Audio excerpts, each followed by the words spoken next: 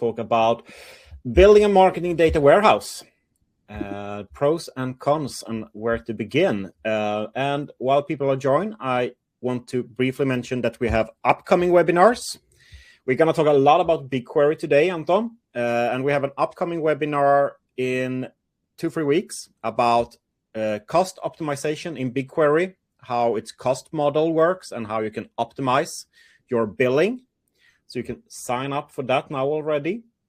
We also have a webinar later in May where we will be more tactical in depth and show how to query the Google Analytics 4 raw data using SQL in BigQuery.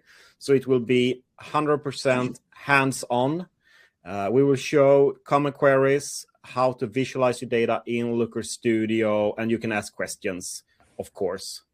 And we will show you how to get started. I will post the links in the chat in 2 seconds. But first, who am I? I'm Johan Strand, and I work at Control Digital as a senior digital analyst. And with me today, I have Anton as well. Good morning, Anton. Good morning. Yes, I'm Anton, a co-founder and also a senior digital analyst, work at Control Digital. Been working with digital analytics and marketing for past 15 years. Great. And who are Control Digital, Anton? Well, we are a digital analytics and measurement consultancy. We're a Swedish company. We have offices in Stockholm, Gothenburg, and Malmo, where you sit, Johan. Yes. And our core focus is measurement, server-side tagging. We work a lot with the marketing data warehouse that we will talk about today. And of course, advanced analytics and analytics reporting, etc. We work a lot with the cloud technologies and primarily BigQuery as a data warehouse solution. Yes. And speaking of data, central topic for today, why centralize data, Anton? Well, we often see with clients that we work with that they are very restricted. They have the data in the specific platforms such as Meta Ads, Google Ads, Adform, DV360, and where they have like a predefined business logic, and they can't always evaluate the marketing efforts on actual output and have a unified view. So they don't have that unified view, and they can't do the analysis in a simple way. Also, we see that it's a problem with data ownership, where they have external agencies working with certain platforms, and it's hard for them to kind of get all the data in one place, which leads to they have to work with manual data extractions, and it's hard to have that speed of delivery in analysis. So they have an ability to scale. It's difficult to work with data activation. It's more of like one-off solutions where they do some activations, but it's hard to do that from a central repository or a central data warehouse. Mm. Yes. And I just want to throw in, if you have any questions, just write them in the chat and we will answer them during the presentation or afterwards when we have a Q&A. So you can write your questions now already so we don't miss them. And so the first step is like, how do we create a marketing data warehouse? Well, for us, it's divided into different steps. I will start with defining like what data do we need in our marketing data warehouse and like plot out our data sources. And that usually is marketing data. We have behavioral data and business data. We will go more in depth on what they can be. And we will use in our presentation Google BigQuery as a data warehouse. And we will load data from all these different sources, platforms, and services, raw data, granular data into BigQuery. And then we will apply our business logic, our KPI framework, and create clean data, aggregated tables. And these data we can then use for example, visualization in BI tools. We could use it for data activation, and of course, AI agent and conversational analytics. So this is like the architecture from beginning to end. And we will now go through all these steps and see what decisions you need to make and what tools you need for the different ones. But why BigQuery? What is BigQuery? Well, BigQuery is a data warehouse hosted in Google Cloud. We use it a lot because it have native connectors to a lot of Google other services, such as Google Analytics, Google Ads, Google Search Console. And as you know, Google is pretty big in the digital marketing space. So we get a lot for free in functionality. Also, we could connect it to Google Ads Data Manager, Gemini AI, and Looker Studio, one-click integrations. It's very cost efficient as it is a pay-as-you-go service. So many people ask us, what does BigQuery cost? Well, it costs €0 per month, you could say, because it's a pay-as-you-go service. You pay as you use it. So when you start off as a marketing team, well, the free tier covers a pretty significant portion of your needs. And then as you grow, it will start to cost more money. And then maybe people say that, well, we use Azure from Microsoft already, or Amazon Web Services, or other platforms. Well, it's multi-cloud, so it's very easy to transfer data to and from BigQuery, from other data and service providers. So that's what we like with BigQuery and always recommend. So we have BigQuery in place, Anton, but what data do we need? Yeah. So we usually talk about the data sources in like 3 different pillars, where we first have the marketing data, the ad platform data. So think of it as the spend. It's mostly that. So we want the marketing data to flow in from Google Ads, Meta Ads, whatever ad platform you're using. So Snapchat ad, Bing ads, etc. And then we have the behavioral data. While the marketing data is external data, we get it from these ad platforms. It's their data. It's not our first-party data as a company. But the behavioral data, on the other hand, is something that we collect on our properties. So most common example would be Google Analytics, and into BigQuery, that would be the export from Google Analytics into BigQuery. But of course, it can be from other tools, Amplitude, Adobe, Pivik, App Analytics tools, etc. Most of these have connectors into BigQuery, so the data can be imported into BigQuery pretty easily. And then we have the business data, which doesn't necessarily mean data generated by the user on the website or in the client. This could be data from the CRM, from Voyado, for instance, or Shopify. It could be product information, margin data, information about customer support. But of course, it can be other data such as public data. Just to throw an example, but like weather data, that's like a pretty used example, but that wouldn't be very beneficial to many companies, but it's at least like an external data source, a public data source that you can use. Mm-hmm. Yeah. And then, like, how do we decide on? Because you mentioned a lot of data sources now, Anton. Yeah. So we normally recommend not to kind of try to include everything in your data warehouse, at least in the beginning. So for instance, it's common that companies invest a lot in Google Ads or Google products, Meta, Instagram, Snapchat, etc. But so in that case, it would be it's very important to have that spend data into Google BigQuery in your data warehouse.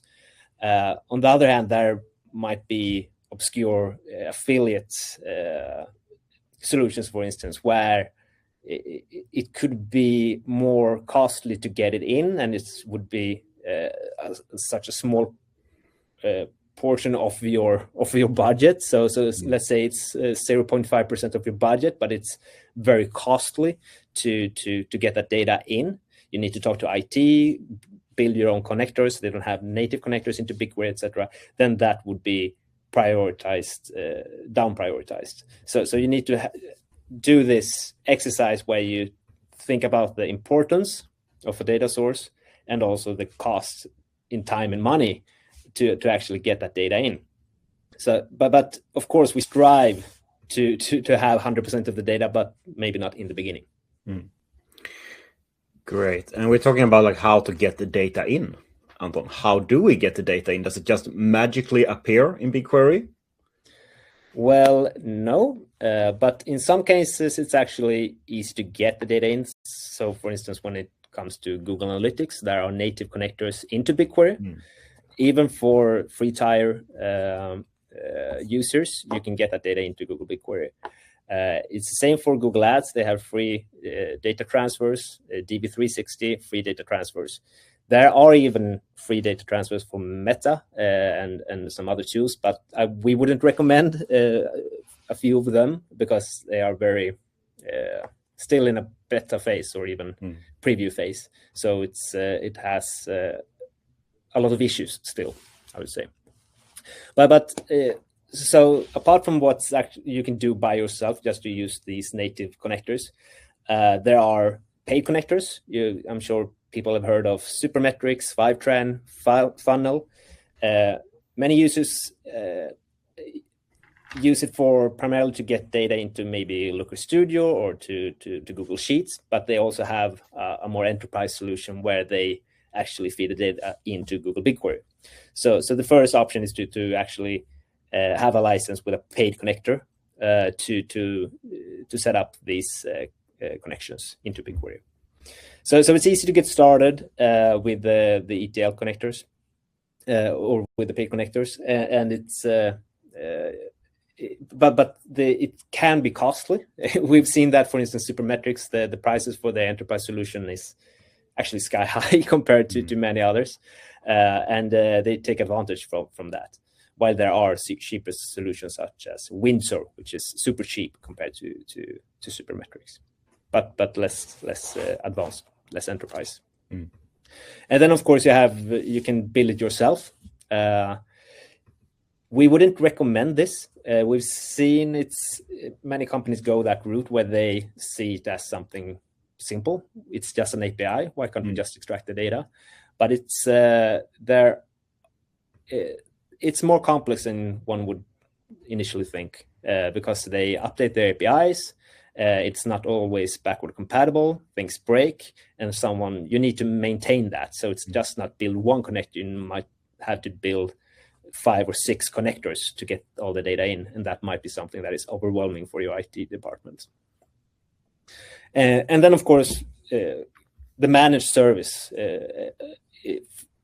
At Control, we offer this to our clients, where we help out in the beginning and set everything up, where we have actually our own connectors built, and we help the companies to get started, but we also do the data modeling in BigQuery. So we use our repositories to create output tables for our clients, and that comes with a license fee on a monthly basis, where we are responsible for the maintenance and ongoing of the service. Great. And so now we hopefully got our data into BigQuery, but why is the question? Like, what benefits could this data give us if we have it centralized in BigQuery? Well, if we go back to the first slide, we've solved everything on the left, hopefully solved everything in the middle. So now we're going to deep dive into visualization. We're going to deep dive into data activation and AI agent and conversational analytics. And this is, should we call them like systems or tools that we could apply on our collected data? So visualization and analysis is probably the easiest concept for people to grasp. And the challenge you have is that your customer journey probably looks like this. So it will go several days from first interaction from a customer to the actual purchase over on the right. During that time, they will have interacted with different ad platforms where they actually click and come to your site. But there will also be just impressions, such as TV advertising, and you will have your own platform, such as email marketing. And there will be users will be inactive, they will change device, and so on. So it's very hard to get a centralized picture if you have to look in all of these platforms.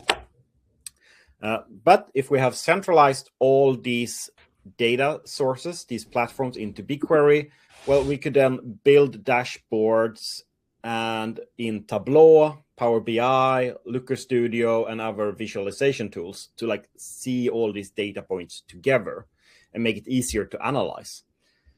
We work a lot with Looker Studio, which is a free tool from Google. It's very easy to connect with your data in BigQuery, and you could build dashboards that you can share with your organization. And a very common question here, people say, well, we have agreed to use Power BI or Click or Tableau in our organization. Well, that's not a problem. You could still use Google BigQuery, your centralized data warehouse with Power BI or Tableau. You could use Power BI and Looker in conjunction. No problem. If you have centralized your data into BigQuery, well, that's 90% of the work when it comes to visualizing the data. But this is pretty, should we call it passive? You could just analyze numbers, but you could also work more actively with first-party data activation with the data that you have collected. Yes, so we talked about these 3 pillars of data sources: marketing data, behavioral data, and business data. Once you get that data in to BigQuery, you have the raw data there. It won't give you insights directly. So that's something we won't talk that much about today, but this part in the middle, we call it join data. But you actually need to model the data and make sure that you have all the attributes in place from UTM tags and from the data sources from the ad platform, so that you can actually connect the marketing data to the behavioral data. And also you need to make sure that you have the correct internal identifiers in place in your tracking, such as order IDs or subscription IDs, transaction IDs, so that you can join in the business data. So you need to make sure it's a work here where you need to make sure that you have the identifiers in place to actually connect the dots. But once you have that in place, you can start working with different. You can start working with different use cases, such as building marketing audiences, where you use data from your business data sources to create audiences. You can export that to Meta ads, to Google ads, and you can work with the offline conversions, where you, instead of sending the conversions directly from your website, you might want to apply some advanced logic to that, where you send the conversions directly from the marketing data warehouse via some kind of import. It could be through Data Manager to Google Ads, for instance. Mm-hmm. And it's the same with affiliate tracking. It's often a mess to work with these kickback models, and it's something that can be facilitated through a marketing data warehouse. You can jump onto the next slide, so I can just exemplify with the offline conversion part. So we were working with one client that they worked with food deliveries, and the customer journey was a bit unusual or complex in that sense, because they had the initial ad click, and then you landed on the page, you initiated a session, and then you created an order. The problem was that order wasn't containing the true conversion value. It was just a slot. You basically booked a time for delivery. It could be like 7 days from now. But from that point and onwards, you could do adjustments to your order. So you could add different products, you could cancel your order, you could delay it, and have changed delivery date, etc. So we actually never knew what the value was from the conversion from the client side tracking. We knew that at the end, after the delivery was made, then we knew that, okay, this was a conversion, it was delivered, and this was the final amount. You can go on. Yes, there. So the first thing we want to make sure is to have the Google Click ID from the page URL, and you can click again. And then at the order, we write the order ID and Google Click ID to Google BigQuery. You don't have to write this directly to BigQuery. You can have it through the GA4 export, for instance. There are different ways to do this, depending on what tools you're using. But we were sending this directly at the order event to Google BigQuery, both the Google Click ID and the order ID. Click, Johan. And then upon delivery, it could be 7 days later, we just let those adjustments in between the order and the final delivery take place without us working with the measurement. But upon delivery, we used the marketing data warehouse to map that order ID back to the Google Click ID and generate a table with a Google Click ID and an order value. And from there, click you on. We could send that conversion to Google Ads. And of course, this could be done with multiple destinations, such as Meta Ads, etc. So this is just one example where we do data activation, because we activate our first-party data in the Google Ads algorithms with data that contains, in this case, behavioral data and CRM data. And we use the same join keys to do this, to join the behavioral data and the CRM data back to the spend data, so that we could actually analyze the output from our investments, media investments, on a profit level. Great. Yeah, this is super useful when you have these like long conversions or like delayed conversions. It's so much easier to do if you have centralized the data beforehand. Yeah, and it's also very common with the SaaS products, like streaming service, where you start a free trial, and that's a conversion in the clients, and but it doesn't say that much about the actual revenue if that subscription was ever a paying member or paying subscription. That might be information that is created in an offline environment 7 days later, when the subscription, if you haven't canceled the subscription, it falls into a paid subscription model. Yes. So it's the same kind of principle. Great. And so we talked about visualizing, data activation, and we're going to sneak in a bit of like deeper analysis with MMM and MTA, common acronyms. And because when you have all this data collected in one place, well, it's then much easier to build your own attribution models, own KPI frameworks. One of them could be a multi-touch attribution report. Today, if you're using a service like Google Analytics, you're probably looking at a last click attribution. So the last ad click takes the whole attribution. But if you have the raw data, it's much easier to build like a multi-touch, so you can see all the touch points before the conversion. It's also much easier to work with marketing mix modeling. I have a separate slide on that, so I'm gonna save that for that one.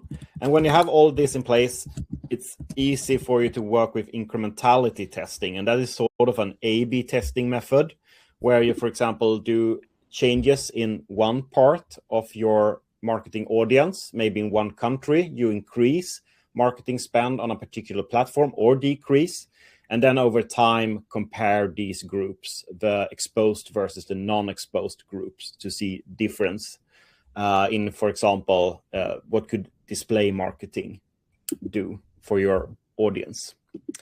But marketing mix modeling, if we dive into that, well, you have this classic quote: half the money I spend on advertising is wasted. The trouble is I don't know which half. And we can build these models by, if we have all the data sources collected into raw data, and then we aggregate it. We also bring in external factors, as Anton said, and that could be competitor data, economic factors, other trends on the market. We can use this data to build a marketing mix model, which is a mathematical model with all these data points. And this model you could use to see summary of your media effects, what marketing spend leads to what effects on your revenue. And it could also give you suggestions for optimization of your media budget going forward.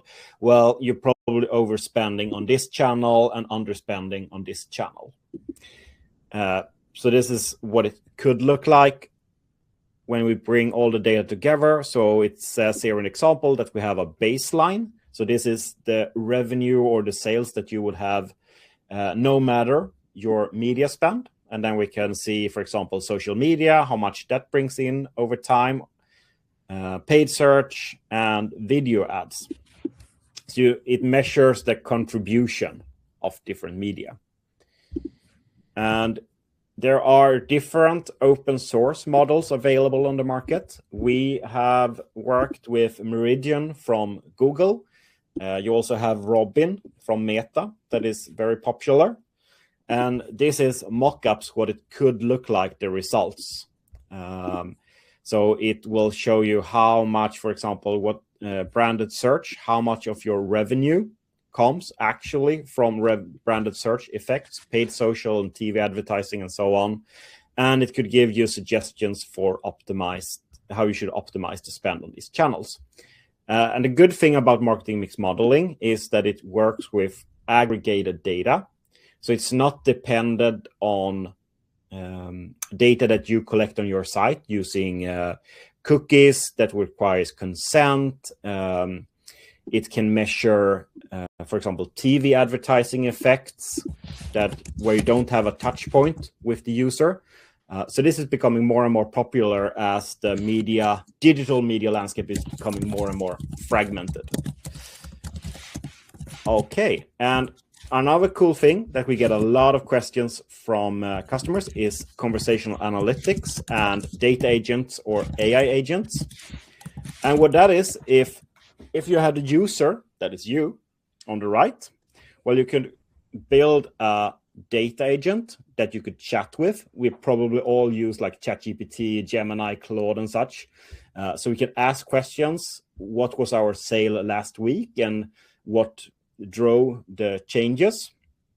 And it could use then an LLM such as Gemini to interpret what you asked and write SQL queries to fetch data from our marketing data warehouse, where we could have databases and tables with data, but also files and PDFs and other data sources.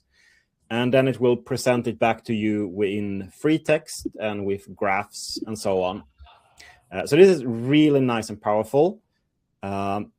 We have worked mostly with data agents in BigQuery. It's a feature that was recently released, and you can find it now already inside BigQuery. So you can see that down on the left, we have created an e-commerce data agent, and you can see it in action here.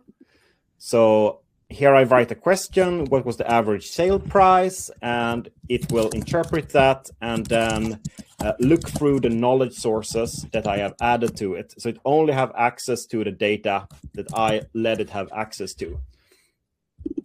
And this is a very nice way to analyze data, because you can then write follow-up questions. Well, I can see this and this, what is driving this trend, and so on. And then after you created these data agents, you can share that with your organization. And we see that data agents will have a similar place in your organizations, just as your dashboards have. It's a way of democratizing data and transferring data and insight out into your organization. They will not replace dashboards, but they will be a complement. But the important thing here is that you need a centralized data warehouse for this to work. An agent in a vacuum in space doesn't have access to the data. So centralize your data and then build data agents on top of that. Great. And to summarize all this, Anton. Yeah. So first of all, like we discussed today, we need to centralize the data in one place. It doesn't have to be Google BigQuery. We see many companies doing this in other places. But I also want to add in that what we often recommend our customers is to work with a multi-cloud strategy, because often we get the feedback from clients that we work with Azure. That's where we store our data. The problem is that it's a lot more complex, and it's often shift the responsibility from the marketing department to the IT department or some data team internally to onboard that data and to model that data and work with that data.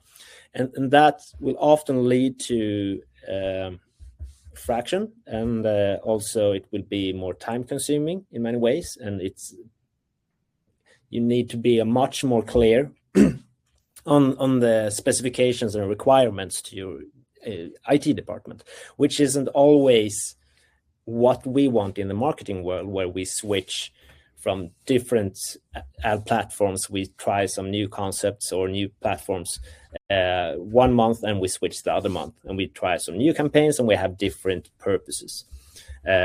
So we try to recommend, at least starting off, with a multi-cloud strategy where you accept that you have one data warehouse, which you can call it your marketing data warehouse living in Google BigQuery, because we have so many connectors built in for free, and you have so many capabilities in Google BigQuery that you won't get out of the box from other cloud solutions. So first, centralize the data. Try to define it as a marketing data warehouse where you can work within the marketing department or in your analytics, marketing analytics department with that data. And then, of course, you need to have the right ETL strategy, like we talked about previously. You can try to build everything yourself, but I wouldn't. Okay, Jonas, sorry for the typing sounds. So like we mentioned, we have Supermetrics, we have Winds or Fivetran, these ETL connectors. We recommend using one of those if you want to do this by yourself. And like we mentioned, you can get help from an external party like Control Digital, which helps to set this up. We haven't talked that much about this, but it's also important that you have a KPI framework. So what is your objective with your marketing efforts? In many companies, you want to have some bottom line results to evaluate your marketing efforts with. So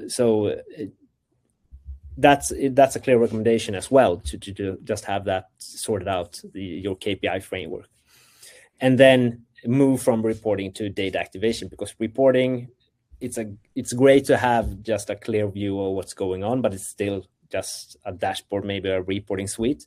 But you can move from there into actually activating the data, like the example that we gave with the food delivery, for instance.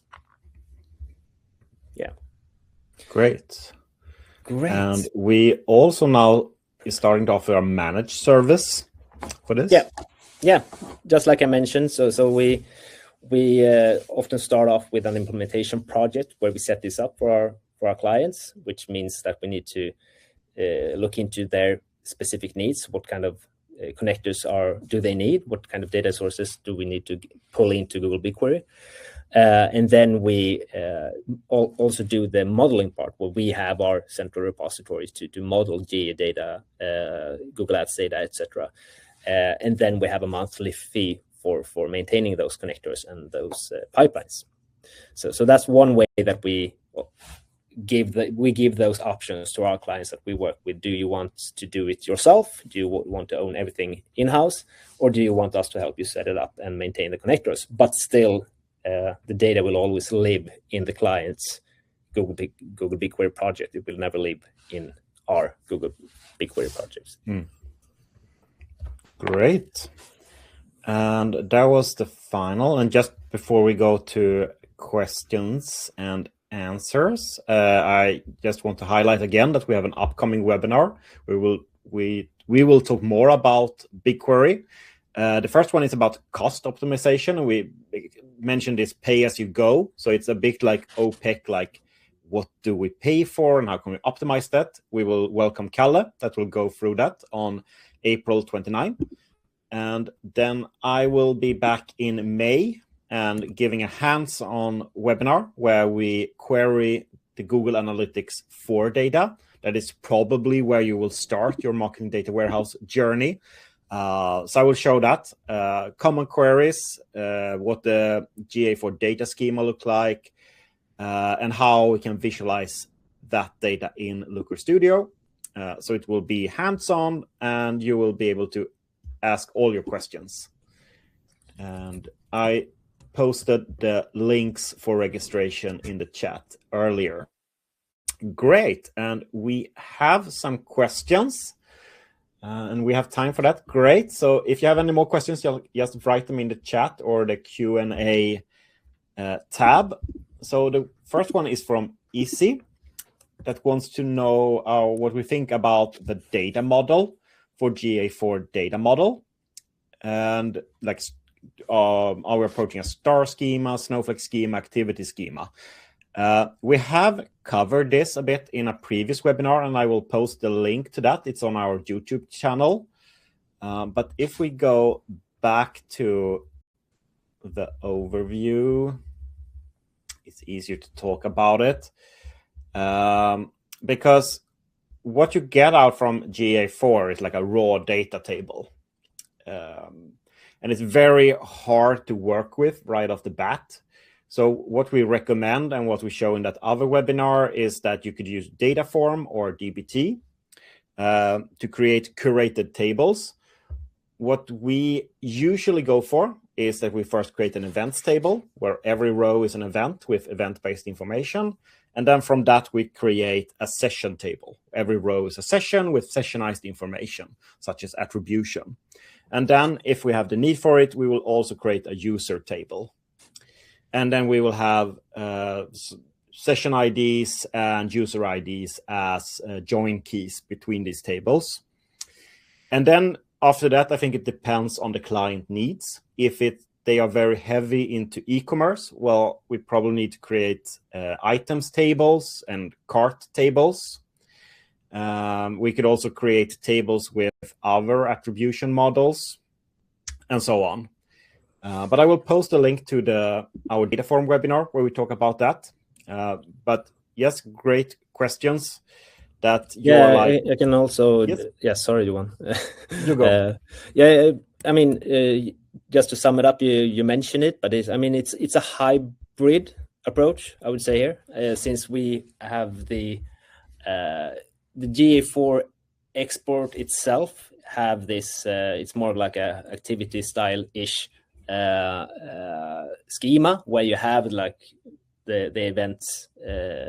Each record represents an event, and we want to flatten even the event table, and it also depends on what kind of use cases you have, but it makes sense to still keep it on that level for analysis. For analysis purposes, while you need to have a more for specific tools such as Looker Studio or reporting, you need to at least pass the star schema view where you have a sessionized table, for instance. So just basically,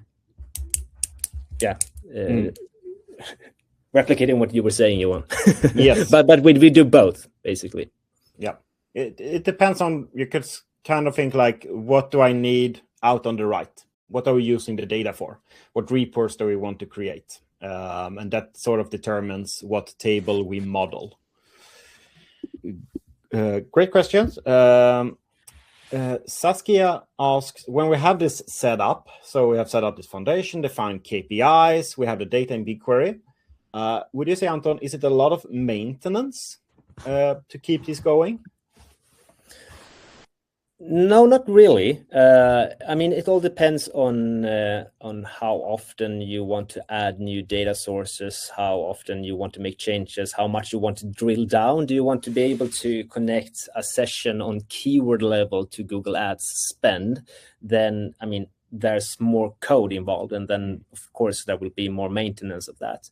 Things do break at sometimes, but we recommend to keep it pretty simple to maybe on ad set level or ad group level have that information in the session tables as well in the spend table, so that you can connect those dots on that level.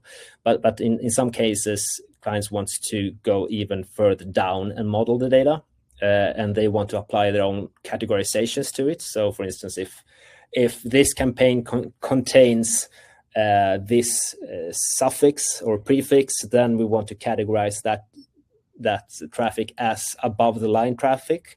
Then we are starting to work with logic that is temporary and can change over time, and then it would involve a lot more maintenance and updates.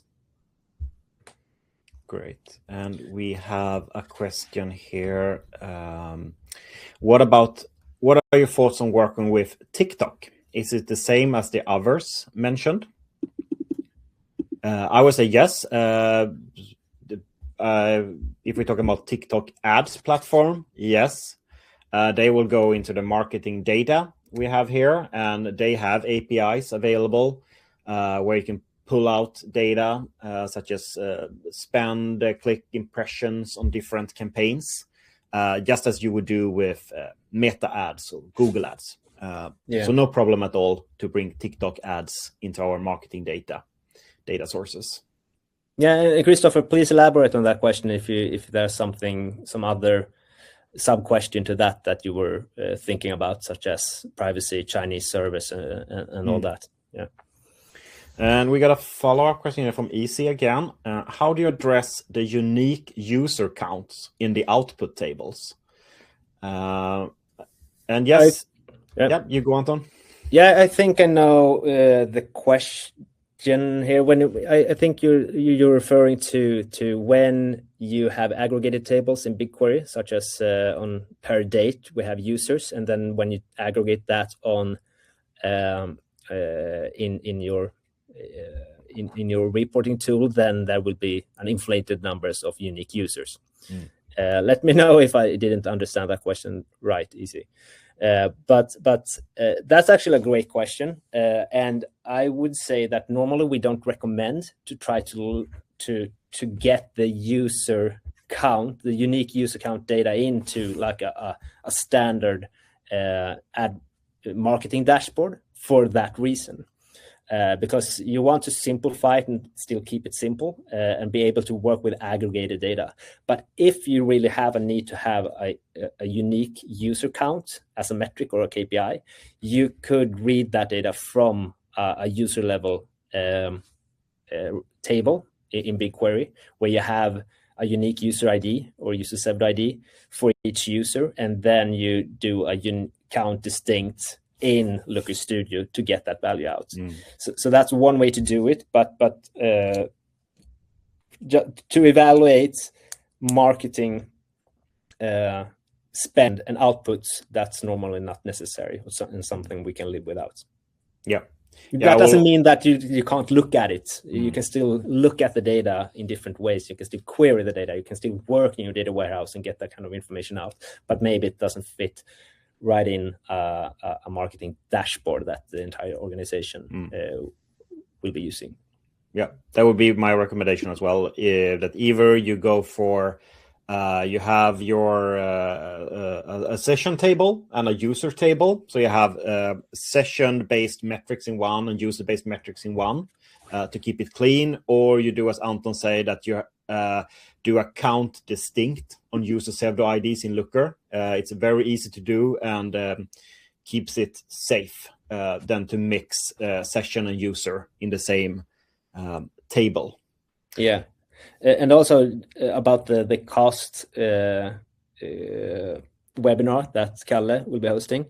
That's also one thing to be aware about. If you try to read in like session IDs and user IDs directly into Looker Studio, you will be querying a lot of more data. There will be a lot more rows being processed. So I would be careful with doing that without monitoring the costs.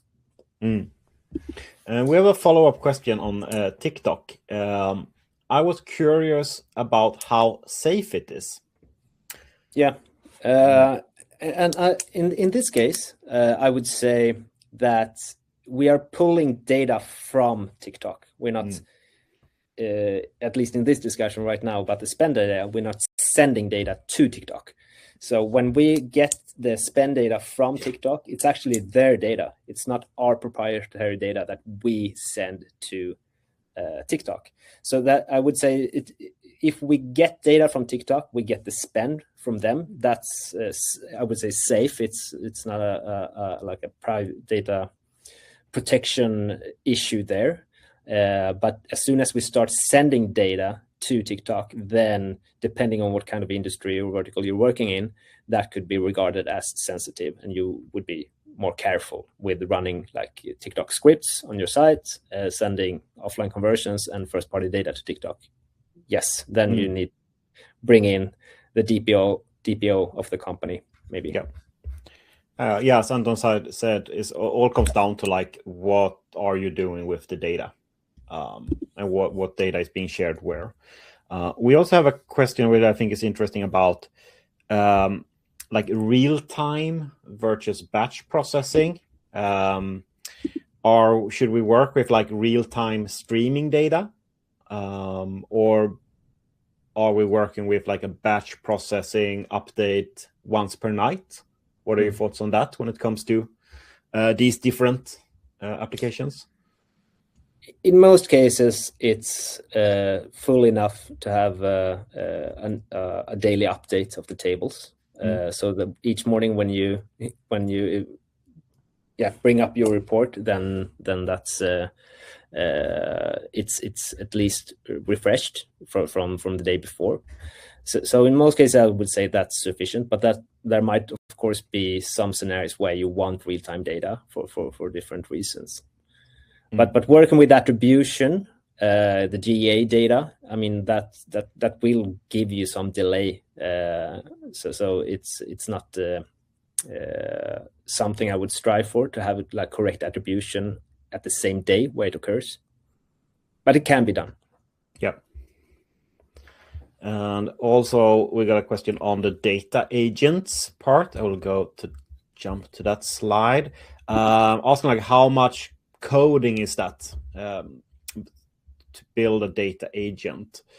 It depends on how you want to set up. What we would recommend and what we have been doing is to use the built-in data agent functionality in BigQuery. It's a free tool, and it's a no-code tool, I would say. So you don't see the interface here, but you can see out on the right where we have added knowledge sources. In the background, we have added context for it that explains the data and so on. And I think, Anton, that we will host a follow-up webinar where we go more in depth on data agents and how to build your own data agent in BigQuery, because we talked to Google and they are working really hard on this feature to bring this to the market. So we will come back with a separate webinar where we will build a data agent from scratch and show that. Great, and we could maybe go for one more question, and that is, what if we are working with several markets? It's common, large companies that sell in very different markets. Maybe the marketing and the performance is divided into different agencies. So what are your thoughts on that, Anton, if we have this like larger operation over several markets and are fragmented? Yeah. Well, as a company, you should own own the contracts with that platform. So the agents tries to make them work in your accounts rather than letting them lock you into their environments. So as long as you have your own accounts, then you can make sure to get the data out with connectors, rather than being dependent on them, because that's something we see sometimes, especially with like DB360, etc., that the agencies own the license, and then there might be some compromise where you need to ask them for certain access, maybe force the external agency to have data updated in sheets every day where we can pull the data from into BigQuery, something like that. But that's not ideal. It would be better to own the accounts. Yes. And I will say that the more fragmented you are on your operation, the greater need for a centralized marketing data warehouse. Yeah. And I think that is all the questions for today. So thank you for joining. If you have any more questions coming up in your head, or if you want to hear more about our managed service and how we can help, you can reach out to hello@controldigital.com. And don't forget to sign up for our newsletter, where you will get a reminder on upcoming webinars and articles that we write on this topic. We actually released new articles this week. A tutorial for building your own data agent. There you have it. And a blog post about BigQuery cost optimization. So you will find all that on Control Digital /posts on our blog. So you can prepare there already for the upcoming webinars. Great. Thank you, and see you next time. Bye-bye.